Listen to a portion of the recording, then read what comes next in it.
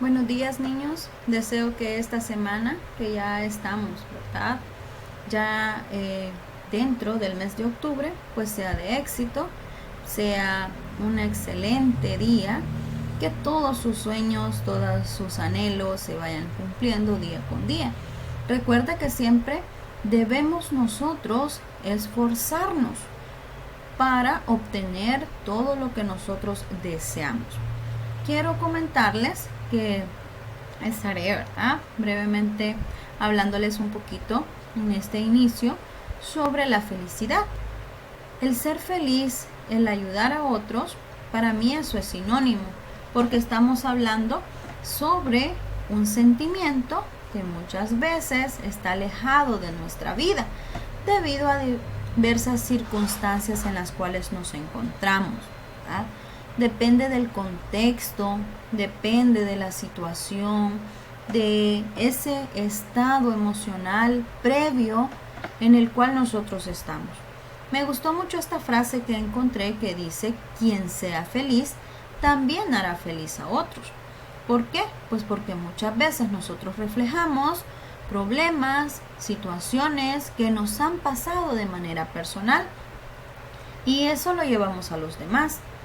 Pero hay muchas personas también que nosotros podemos ver que a pesar de las dificultades, de los obstáculos, de los problemas, de las circunstancias, siempre andan con una sonrisa en la cara. Y es bastante, ¿verdad?, difícil que nosotros muchas veces nos pongamos en los zapatos de esa persona.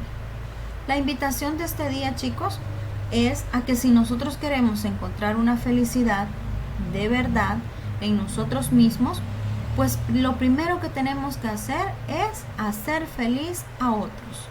Buscar la manera en la cual alguna persona necesita de nosotros para que podamos ayudarle. A veces solo falta, ¿verdad?, que nosotros le demos unas palabras de ánimo, de aliento, un soporte, un abrazo, pero no les podemos tal vez en este momento dar un abrazo. Pues dediquémosles unas palabras, unos consejos que son bienvenidos. Les deseo lo mejor, chicos. Ánimo, trabajemos siempre, por favor, unidos, aunque estamos separados, ¿verdad?, los profes con ustedes, pero de una u otra manera, pues a través de estos medios nos comunicamos. Quiero que en el chat cada uno de ustedes ponga una frase bonita. Yo sé que ustedes son buenísimos para eso, ¿verdad? Leen tanto que en los libros ustedes se encuentran frases bonitas. Usted puede colocar en este momento una frase bonita que le quiere decir a sus amigos, a sus compañeros o a sus conocidos, sea o no sea de su sección, que tenga que ver con la felicidad, para que si esa persona está pasando por un momento no grato, pues lo sea en un futuro. Acuérdense que las tormentas no son para siempre. Después de la tempestad viene la calma. Seamos felices y hagamos felices a los demás, porque así esto va a ser recíproco. Ahora vamos a hablar, chicos, ya de nuestro contenido conceptual, el cual pues vamos a hacer referencia siempre a la literatura española desde la transición democrática. La clase anterior, pues nosotros habíamos trabajado la literatura desde la guerra civil hasta la transición democrática. Ahora vamos a hablar un poquito de este tema. Para este martes, nuestra competencia es cultural y artística. ¿Por qué? Pues porque nosotros pretendemos estudiar la cultura española, la literatura española, todo lo que tiene que ver con esta arte. También, ¿verdad?, desarrollando nuestro enriquecimiento literario personal. La agenda para este día es la siguiente. Les haré una retroalimentación sobre el tema visto. El contenido, vamos a ver algunos textos literarios de acuerdo a la poesía actual, la consolidación y las preguntas y respuestas. Ya al finalizar nuestra clase, recuerde que aunque usted vaya, ¿verdad?, durante el desarrollo, pero si surge alguna duda, tiene que escribir en el chat y volver a a retroalimentar esa parte, le vamos a apoyar en ese momento. Iniciamos con nuestra retroalimentación. Acordemos que la Guerra Civil Española se dio entre 1936 a 1939. Fue un periodo duro para todos los españoles, así como se da cualquier guerra en cualquier lugar. Había muertes, ¿verdad? Sufrimiento, dolor, hambre, tristeza, pérdidas, un mundo sombrío. Cuando esto se dio en 3 años, imagínese usted. Cuando termina la guerra civil en 1939, España, debido a toda la situación, quedó pobre, devastado. Una España irreconocible, ¿verdad? En ese momento. Dentro de lo que estaba sucediendo acá, pues nosotros podemos ver que ya cuando se termina la guerra civil, el general Franco empieza a instaurar lo que se conoció como el régimen franquista, ¿verdad? O el franquismo, mejor dicho, que era un régimen dictatorial. Era una dictadura, chicos, donde se empiezan a eliminar, a abolir todas las libertades que existían en ese momento. La dictadura pues se apoyó, ¿verdad?, en 3 grandes grupos: el ejército, la falange y la iglesia, que le dieron más poder dentro de esto. En este momento también se dan las fases del régimen de Franco, que usted recordará que la clase pasada hablábamos de la autarquía, que es el periodo, ¿verdad?, de inicio, donde Franco se mantiene aislado del exterior. Está la de apertura, cuando el régimen empieza a experimentar una necesidad de ser aceptado en el plano internacional, y de esta manera pues también intentar la estructura que fuera mejorando de manera económica. Y ya la etapa de crisis, que es la etapa final, pues donde la sociedad civil se transforma y ve que el franquismo, en lugar de ser desarrollo, es un obstáculo, y empieza a darse crecimiento. Los grandes personajes, ¿verdad?, de todos los sectores sociales empiezan a promover la transformación del régimen para pasar a la transición democrática, que es el tema que vamos a hablar este día. Vimos los 3 géneros ya en el ámbito literario, los 3 géneros literarios: la poesía, la novela y el teatro.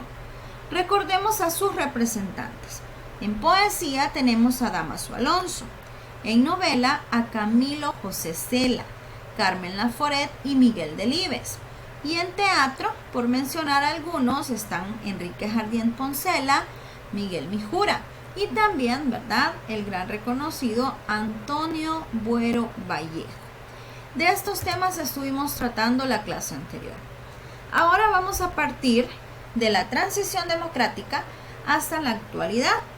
Ya les decía, ¿verdad?, que a partir de que finaliza el régimen de Franco con su muerte, pues se da paso ya a una democracia.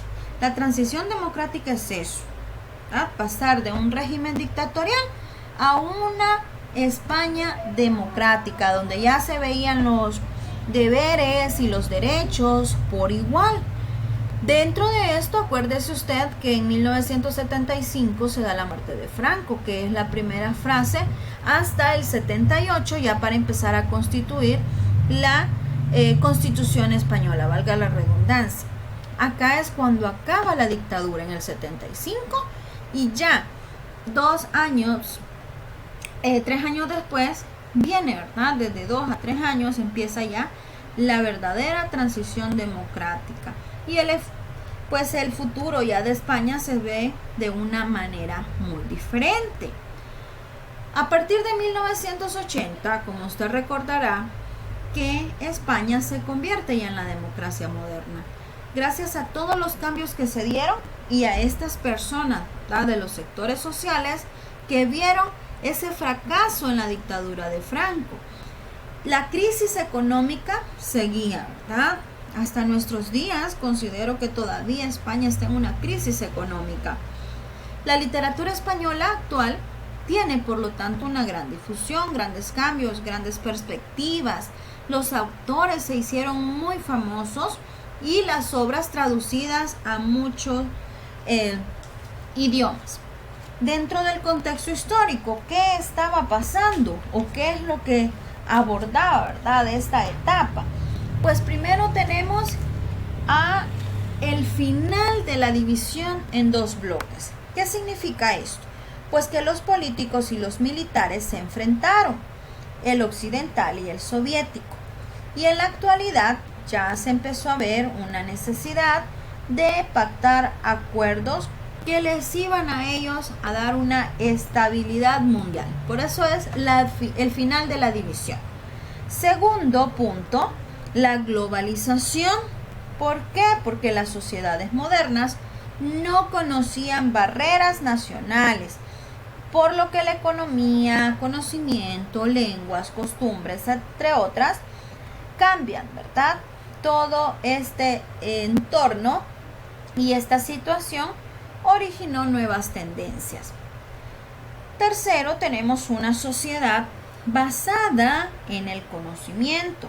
Acuérdese usted que el desarrollo tecnológico desde hace mucho tiempo se empieza a ver muy fuerte. Imagínense acá en los años 80, ya empieza a verse este desarrollo, ¿verdad? Que ha tenido un gran avance, exigiendo a todas las personas elevar el grado de profesionalismo, de formación científica y humanística. Hasta nuestros días ya no se diga. Cuarto, tenemos los problemas ecológicos. Dentro del contexto histórico de la transición democrática, vamos a ver que los desafíos, ¿verdad?, de todo esto también siguen presentes. Se buscan soluciones a algunos problemas como el calentamiento de la atmósfera terrestre, que son muy urgentes, y las personas pues estaban buscando en su momento, ¿verdad?, cómo hacer para apoyar. Hoy en día, con los problemas ecológicos, usted mira que si nosotros lo comparamos desde los años 80 hasta la actualidad, en nuestro entorno, no el español, sino el salvadoreño, podemos ver cuántas basuras, ¿verdad?, se incrementan en las calles, cuántas personas ocupan todavía materiales que no son reciclados, cuántas personas dañan, contaminan nuestro medio ambiente. Pero yo debo de ser la diferencia, chicos. Con este tema les quiero invitar a ser parte de los que solucionamos, no de los que estamos dañando. Y por último tenemos el desafío de la pobreza. La quinta parte de la población mundial, imagínense, allá en los años 80, era una población que pasaba hambre. Esta situación no solo es de los países, de los gobernantes, es una situación moral y social por la que empiezan a surgir, ¿verdad?, muchas fundaciones de ayuda, muchas fundaciones de apoyo, grupos, ¿verdad?, ONG, que empiezan a ver un reparto más equitativo y justo de la riqueza. Lastimosamente esa lucha se dio, se da y creo que se seguirá dando, pero es muy difícil poder mantenerla en pie. Luego tenemos dentro de este ámbito la cultura del siglo XXI. ¿Cómo era? ¿Qué se estaba dando en este momento? Pues la famosa posmodernidad, así se le conoció, ¿verdad? ¿Y qué es la posmodernidad? Pues es un movimiento. Se considera intelectual porque es del pensamiento, ¿verdad?, de las ideas, y artístico porque involucra a todas las artes. Se dio a finales de los años 60 y rechaza las normas y los modelos culturales de épocas anteriores.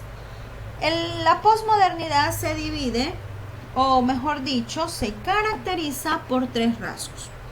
El primero de ellos es el relativismo y el perspectivismo.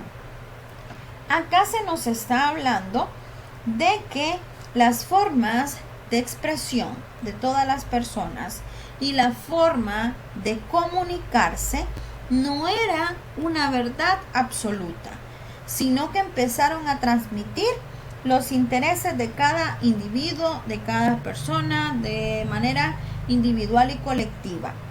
Por eso es que la nacionalidad no fue un resultado de cálculo, sino que de diálogo.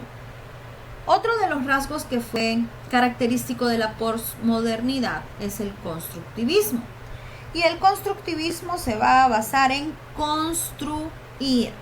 Y el arte, pues vemos nosotros que no va a reproducir modelos ideales y eternos de belleza, como podemos ver en movimientos anteriores, que es el Renacimiento. Acá es diferente, ¿verdad? Las obras van a ser diferentes, llamativas, van a estar expuestas al público para que, ¿verdad?, el crítico literario pueda hacer valer de todas estas obras y vaya construyendo a partir de su punto de vista. Y por último, la validez limitada.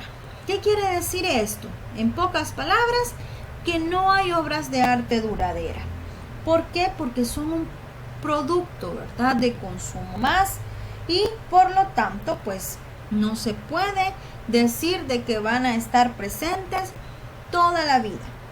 La posmodernidad va a proclamar una soberanía del consumidor, que es el que decide qué es artístico y qué no lo es. ¿Por qué se va a caracterizar la literatura española actual? Pues nosotros, chicos, vamos a ver, si usted se lee un libro de la actualidad, usted no me va a decir así como, por ejemplo, ¿verdad?, que lo vamos a clasificar en temáticas, lo vamos a clasificar en ideas, en autores, en generaciones o en grupos, como vimos las clases pasadas, sino que este tipo de literatura se convierte en un producto más. Va a depender del público, del lector, la necesidad que ellos tengan. Y sobresale principalmente la novela, que fue uno de los subgéneros literarios narrativos en el cual las personas se fueron enmarcando porque sentían la necesidad de leer. De los tres géneros literarios, la narrativa es la más demandada durante este momento. Y las obras que se fueron publicando durante los años, pues eran muchísimas. Tanto así que aquellos lectores profesionales iban quedando estancados con la lectura porque empezaban a salir más, ¿verdad? No habían terminado de leer un libro cuando ya venía uno nuevo, que es lo ideal, ¿verdad? Dentro de la poesía, podemos decir nosotros que a partir del año 1980 se empezó a publicar también poesía. Pero, como les comentaba, ¿verdad?, que la narrativa era la más solicitada por los lectores, la poesía fue mínima. Y aún así, ¿verdad?, pasó, ¿verdad?, a ser muy popular. Es importante notar que el número de mujeres jóvenes de gran renombre empezaron a aparecer. Ya no solo vemos nombres de personajes masculinos, sino que también de autoras, escritoras, ¿verdad?, de poesía. Entre ellas tenemos a Carmen Jodra, quien lastimosamente falleció, ¿verdad?, muy joven debido a un cáncer, pero que ha dejado una cantidad bonita de poemas. Les invito a leer algunos por ahí. Igual, ¿verdad?, Elena Medel también, que fueron grandes promotoras de la poesía actual.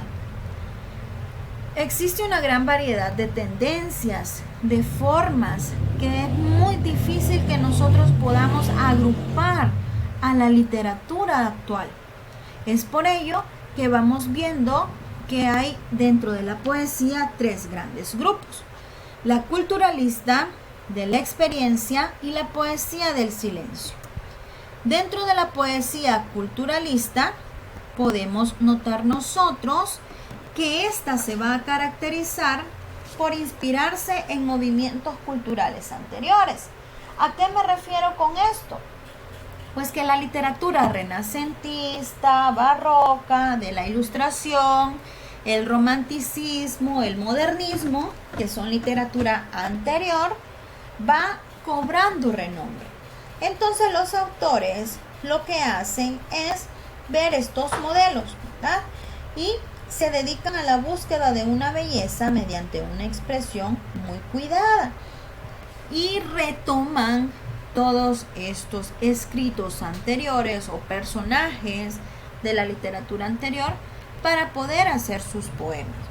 Dentro de los representantes de poesía culturalista tenemos a José Antonio Colinas, Luis Antonio de Villena, Andrés Sánchez Robaina.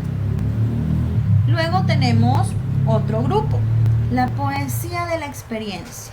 Como su palabra lo dice, chicos, es una poesía que se expresa a través de lo vivido, de lo cotidiano. Expresa de manera aparente, ¿verdad? Y transparente, o sea, tal cual como es, todo lo que se está viviendo. Tiene métrica en cuanto al verso libre, no renuncia al uso de la métrica tradicional, o sea, lo pueden optar, ¿verdad?, los poetas, y se distingue por la tendencia a expresar lo coloquial. Es una poesía que está dedicada o está en función del prosaísmo, o sea que también se escribe en prosa. Los máximos representantes son Luis Alberto de Cuenca, Luis García Montero, Blanca Andreu y Almudena Guzmán. Tenemos un tercer grupo que es una poesía más íntima, una poesía más dedicada, ¿verdad?, al ser humano en la parte ya no externa, como veíamos anteriormente con la de la experiencia, sino que acá una poesía que es para sí mismo. Se dice que la poesía del silencio se distingue sobre todo por el intelectualismo, o sea, el pensamiento, el razonamiento.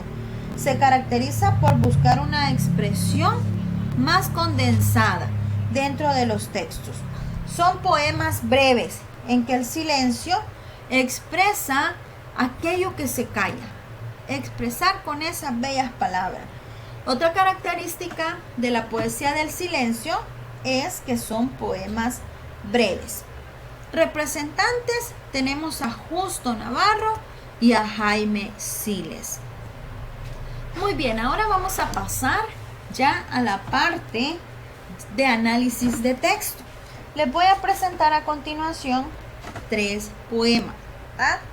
Y vamos a distinguir si es una poesía del silencio, de la experiencia o culturalista.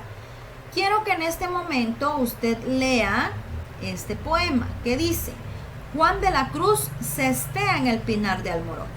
Y en el chat me puede escribir a qué categoría cree usted que pertenece y por qué, ¿verdad?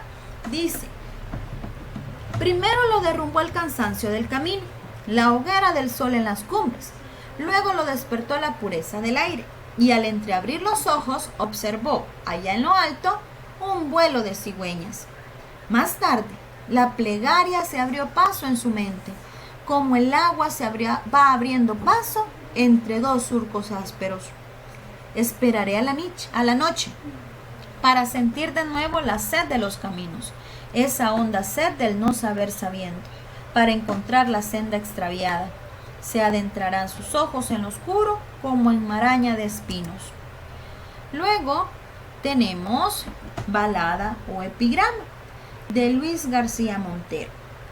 Igual, ¿verdad? La vamos a leer y quiero que usted en el chat coloque qué categoría es, qué clasificación.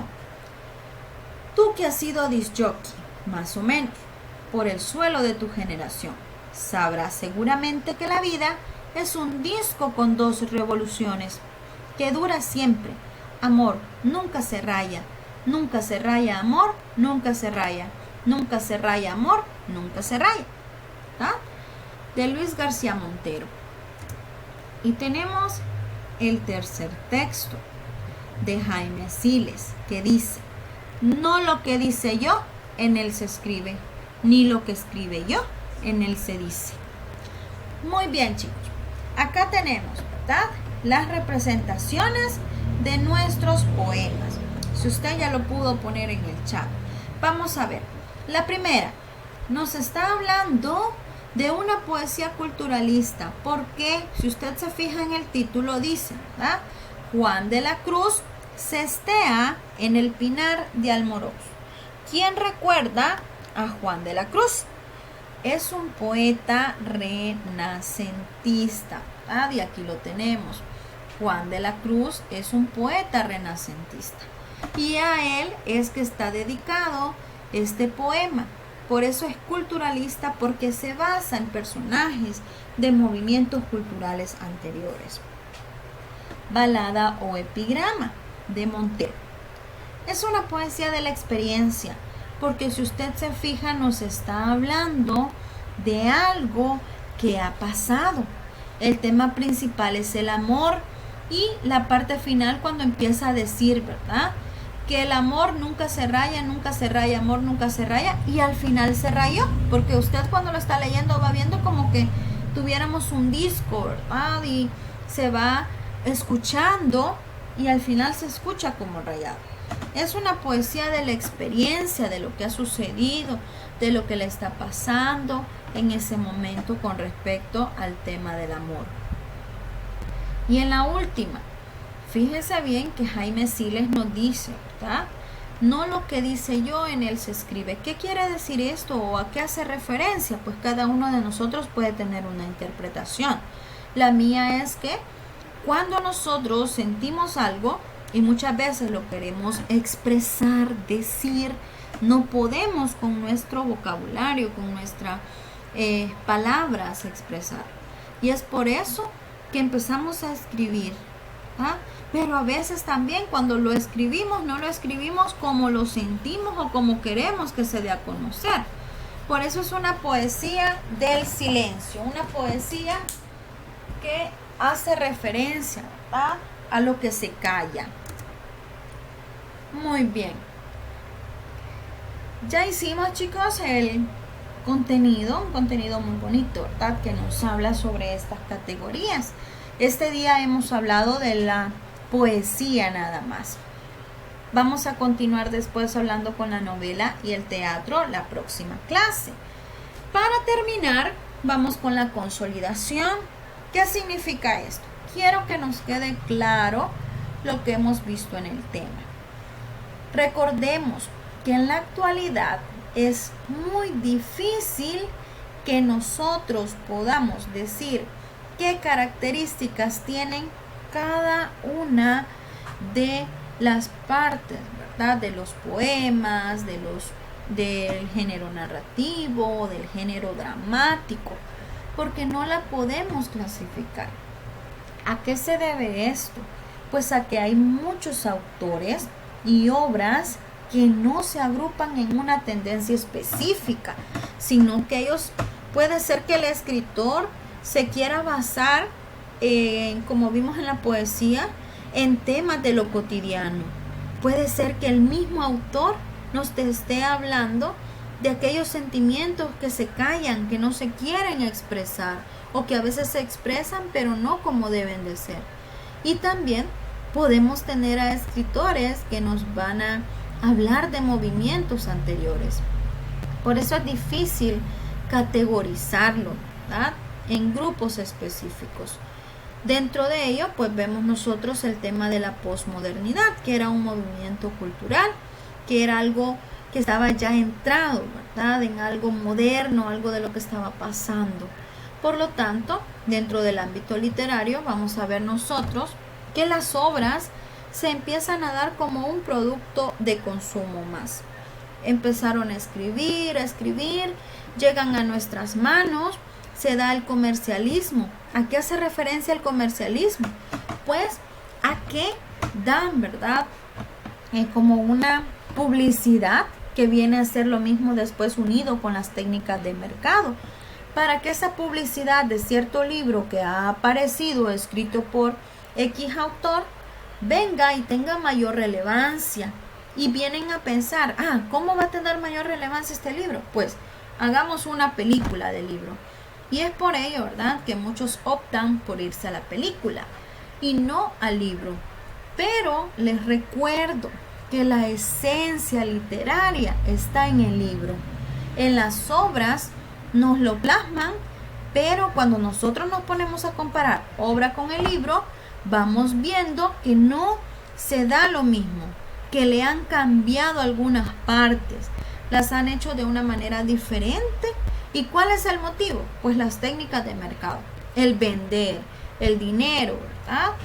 Por eso yo les invito a que leamos los libros, nos enriquezcamos con libros.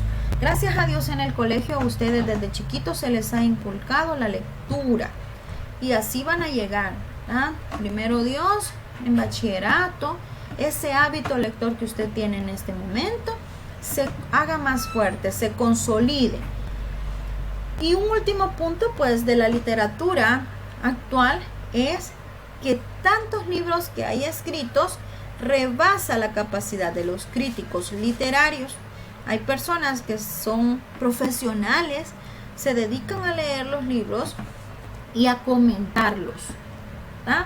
Pero hoy en día pues es bastante difícil porque hay muchas obras y los críticos son muy pocos. Dentro de nuestro contexto literario, en literatura española, por ejemplo, desde séptimo a noveno grado, chicos, hemos leído algunas obras como las que les presento este día, ¿verdad? En séptimo, en octavo, en noveno, que tienen que ver con literatura actual. Usted recordará, ¿verdad? Las chicas del hambre, que habla sobre unas modelos que desaparecieron y hay un investigador, ¿verdad? John, que anda buscando el caso especial de Vania, que se hizo, dónde se fue, y es una intriga, ¿verdad? Que Jordi Sierra y Fabra nos está relatando en ese texto.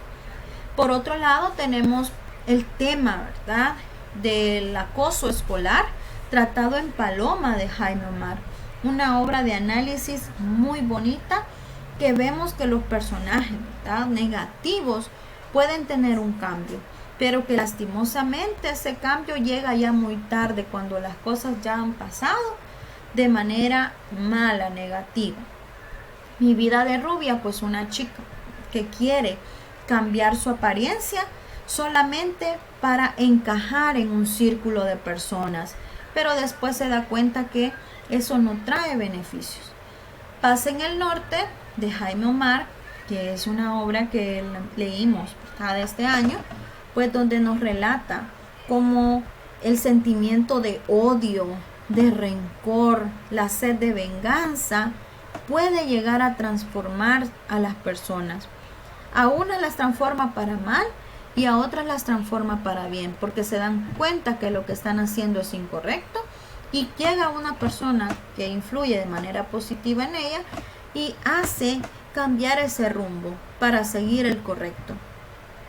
Los perros duros no bailan, de Arturo Pérez Reverte, que es un autor que ya conocemos mucho nosotros en el colegio, que nos está relatando la vida de unos perritos, ¿verdad?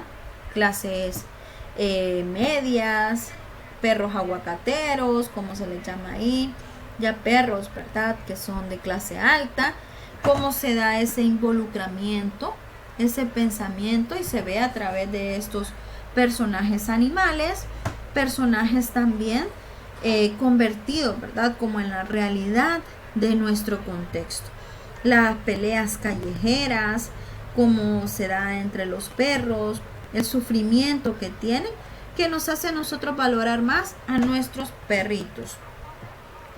Y también recuerde usted que dentro de la literatura actual nosotros leemos las aventuras del Capitán a la Triste. Si bien es cierto que son obras literarias que están basadas en la época de los siglos de oro, pero el autor, ¿verdad?, Arturo Pérez Reverte, es un autor actual, un autor que todavía sigue, ¿verdad?, escribiendo otras obras literarias como La Reina del Sur, Falcón, que han sido muy famosas hoy en día y que incluso han hecho, ¿verdad?, de La Reina del Sur una serie. Del Capitán a la Triste hay una película, pero lastimosamente lo que se da en la película pues no es al 100%, digamos, basado como todo, ¿verdad?, debido a la comercialización o a las técnicas de mercado en los libros. hemos leído, ¿verdad? Nosotros en el transcurso del año, pues en séptimo el Capitán a la Triste, en octavo Limpieza de Sangre y el Sol de Breda. Hoy en noveno tendríamos que haber leído El Oro del Rey, pero primero Dios, ¿verdad? Después usted tenga la oportunidad de leerlo. Y en bachillerato, pues usted leerá la continuación de la saga, El Caballero del Jubón Amarillo, Corsarios de Levante y El Puente de los Asesinos. Estas son las 7 obras de Pérez Reverte. Y todo también, él, pues después, debido a la comercialización y a las técnicas de mercado, viene a verse que se reúne todos estos libros en uno que se llama, ¿verdad? Todo a la Triste. Excelente libro. Bien, chicos, entonces nos quedamos hasta acá, ¿verdad? Quería dejarles esos ejemplos de obras actuales que hemos leído en literatura española. Yo sé que en las otras asignaturas usted también ha leído, en geo, en teatro, en lengua, lo ha hecho. Me quedo hasta acá. Si hay alguna pregunta, algún comentario, algo que usted quiera decir en este momento, es para ello. Les deseo lo mejor, muchas bendiciones, se me cuidan mucho.